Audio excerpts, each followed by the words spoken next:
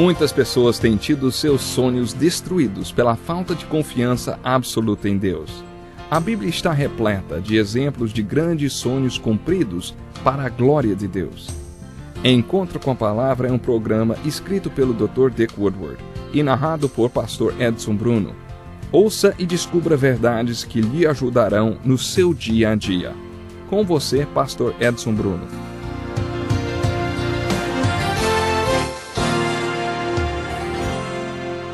Seja muito bem-vindo à continuação do estudo do Evangelho de João.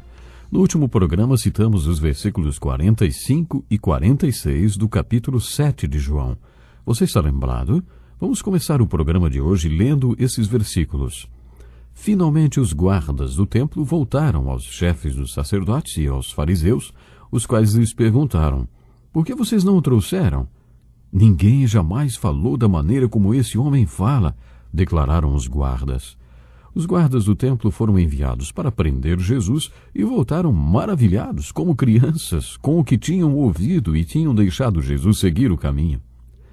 Alguma vez você já se perguntou como seria ouvir uma pregação de Jesus? Tenho um interesse especial pela vida de grandes pregadores e suas pregações. O famoso pregador Dwight Moody viajou para a Inglaterra para ouvir a pregação de Charles Haddon Spurgeon. Você não imagina o que aconteceu. A pregação aconteceu em um teatro. E sabe o que Moody fez? Ele procurou os donos do teatro e comprou deles o assento no qual esteve sentado durante a mensagem.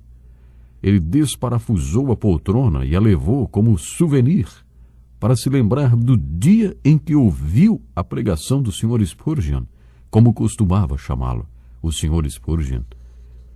Mas, voltando ao capítulo 7 de João, aqueles soldados não prenderam Jesus, não prenderam Jesus porque ficaram encantados com a pregação dele. Fico fascinado de pensar como deve ter sido esta pregação e como seria estar ali, ouvindo ao vivo, principalmente na hora em que Jesus gritou, conforme o versículo 28. Jesus exclamou em alta voz, uma segunda vez, relatada nos versículos 37 e 38. E como eu gostaria de estar presente naquele momento. O que temos relatado no Evangelho de João deve ser um resumo de tudo que ele falou. Provavelmente existe muito mais que não foi registrado. De qualquer forma, este foi o apogeu deste sermão. João registra assim: no último e mais importante dia da festa, Jesus levantou-se e disse em alta voz: se alguém tem sede, venha a mim e beba. Quem crer em mim, como diz a Escritura, do seu interior fluirão rios de água viva. Isto é tudo que sabemos sobre este sermão. João oferece esse comentário. Ele estava se referindo ao Espírito, que mais tarde receberiam os que nele crescem. Até então o Espírito ainda não tinha sido dado, pois Jesus ainda não fora glorificado. A festa dos tabernáculos celebrava a peregrinação do povo de Deus pelo deserto.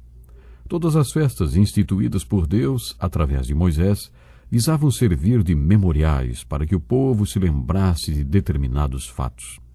Samuel Johnson afirmou que é mais necessário lembrar e relembrar do que instruir o homem. Isso é especialmente verdadeiro em relação ao povo de Deus. E é por isso que as Escrituras afirmam tantas vezes: lembra-te, lembra-te, lembra-te. Temos uma tendência a esquecer tudo muito rápido. É por isso que Deus quer que lembremos. Ele quis que o povo se lembrasse de muitas coisas, por exemplo, do tempo em que caminharam pelo deserto, e principalmente de como ele, sobrenaturalmente, supriu cada uma de suas necessidades. A maior dificuldade do povo no deserto era encontrar a água.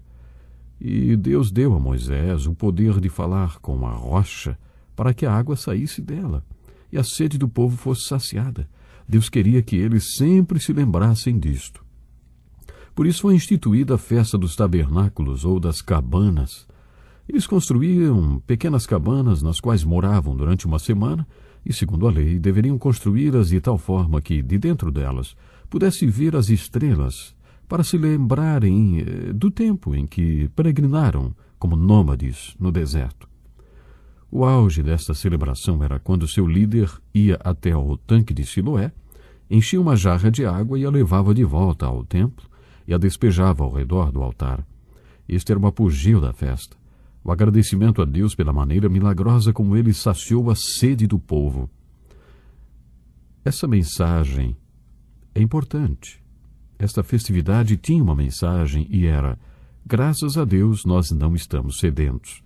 Naquele tempo isso tinha se tornado uma liturgia e, infelizmente, uma liturgia vazia. Eles seguiam apenas um ritual vazio, e o que deveria simbolizar a sede do povo, que tinha sido saciada, na verdade, evidenciava uma sede que eles ainda tinham, uma sede que prevalecia. Você está lembrado que no capítulo 4, Jesus se apresentou à mulher samaritana como a água viva e deixou claro quais são as duas maiores experiências da vida de uma pessoa: nascer de novo e se tornar um instrumento para que outros nasçam de novo. Jesus disse à mulher: quem beber da água que eu lhe der, nunca mais terá sede. Este é o novo nascimento. E então, depois que você tomar a água viva, ela se torna uma fonte jorrando em você para que outros venham e tomem dela. No capítulo 7, Jesus fala sobre esta mesma verdade, só que de maneira mais enfática. Ele estava clamando aos sedentos para que não vivessem mais um ritual vazio. Ele podia saciar a sede para o resto de suas vidas. Aquele que crê e bebe dessa água viva, do seu interior fluem rios de água que saciam a sede de outras pessoas, levando-as ao novo nascimento. Quanto a isso, João acrescentou um comentário. Ouçam mais uma vez. Diz assim: ele estava se referindo ao Espírito que mais tarde receberiam os que nele crescem. Até então o Espírito ainda não tinha sido dado, pois Jesus ainda não fora glorificado. Deus respondeu à oração de Jesus que pediu: e agora, Pai, glorifica-me junto a ti com a glória que eu tinha contigo antes que o mundo existisse. A semente caiu na terra, morreu e produziu frutos. Depois de sua morte e ressurreição, o Pai respondeu a esta oração e Jesus foi glorificado. E depois de glorificado, ele derramou o Espírito sobre a igreja no dia do Pentecostes. Jesus formou a grande comissão e ordenou que esperassem até que lhes fosse derramado poder. Só a partir daí a grande comissão foi posta em prática. Quando o Espírito caiu sobre eles no dia do Pentecostes e todos aqueles sinais foram manifestados, Pedro declarou em seu sermão: exaltado à direita de Deus, ele, Jesus, recebeu do Pai o Espírito Santo prometido e derramou o que vocês agora veem e ouvem. Dizem que o livro de Atos não deveria se chamar Atos dos Apóstolos, mas sim Atos do Espírito Santo. Ou, pensando bem, talvez devêssemos chamar este livro de Atos do Cristo ressurreto através do Espírito Santo e dos Apóstolos. O que você acha? Durante a última ceia, Jesus prometeu que mandaria o Consolador. Foi ele quem deu o Espírito Santo à igreja no dia do Pentecostes, e ainda hoje ele derrama o Espírito Santo sobre a igreja. E isto foi anunciado no sermão da última ceia. Ele é o mestre dos mestres e o pregador dos pregadores. Quando ele ensinava, era o maior mestre do mundo, e quando pregava, era o maior pregador do mundo. Para ensinar, partimos do conhecido para o desconhecido. Jesus começou pelo conhecido, a festa dos tabernáculos, enfocando a sede que tinha sido saciada sobrenaturalmente no deserto. Eles não deveriam ter mais sede, mas ainda estavam sedentos. No último dia da festa, Jesus exclamou em alta voz: se alguém tem sede, venha a mim e beba. Quem crer em mim, como diz a Escritura, do seu interior fluirão rios de água viva. Ele clamou em alta voz, ou seja, ele gritou. Ele estava se referindo ao Espírito que veio no dia do Pentecostes. O relato continua dizendo que, ouvindo as suas palavras, alguns dentre o povo disseram: certamente esse homem é o profeta. Moisés tinha profetizado que um profeta muito especial viria um dia, referindo-se ao Messias. E Malaquias disse que o profeta viria de repente ao seu templo sem que ninguém esperasse. Elias teria de vir primeiro e depois este profeta viria. No primeiro capítulo lemos que eles perguntaram a João Batista se ele era Elias e João respondeu: não. E aí eles perguntaram: então você é o profeta? Eles estavam se referindo ao profeta que viria. E ouvindo as palavras de Jesus, alguns dentre o povo disseram: certamente este homem é o profeta. Outros disseram: ele é o Cristo. A Escritura não diz que o Cristo virá da descendência de Davi, da cidade de Belém, onde viveu Davi. Assim o povo ficou dividido por causa de Jesus. Alguns queriam prendê-lo, mas ninguém lhe pôs as mãos.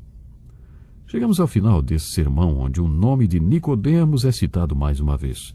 Segundo o texto, o sinédrio estava reunido e Nicodemos, que participava da reunião, perguntou-lhes: a nossa lei condena alguém sem primeiro ouvi-lo para saber o que ele está fazendo?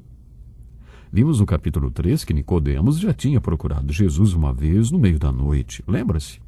E ele começou a conversa dizendo: Mestre, sabemos que ensinas da parte de Deus, pois ninguém pode realizar os sinais miraculosos que estás fazendo se Deus não estiver com ele.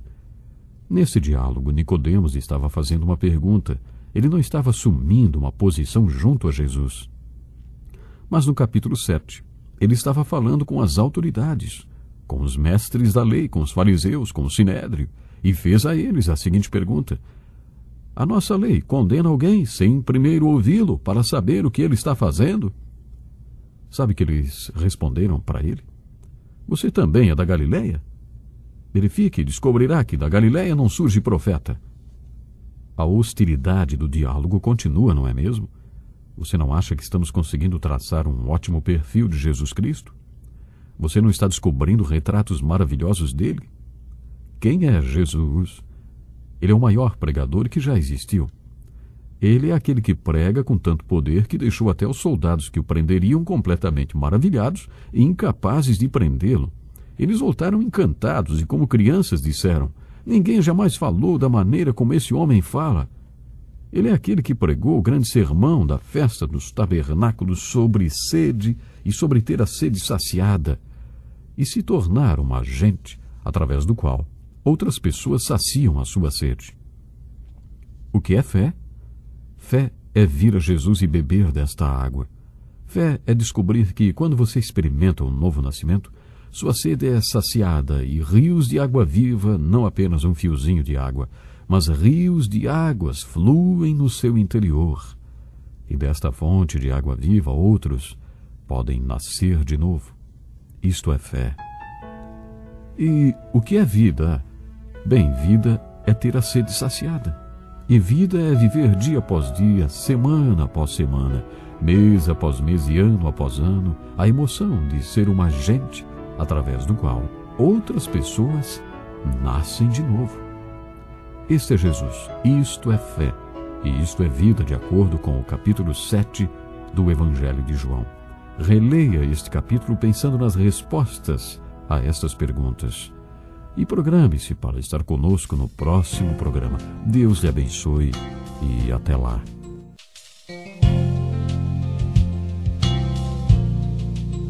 Que lição importantíssima. Obrigado, pastor Edson Bruno. Prezado ouvinte, coloque em prática o que você ouviu aqui. Sem dúvida, sua vida será grandemente abençoada. Este é um estudo escrito pelo Dr. Dick Woodward, na voz do pastor Edson Bruno.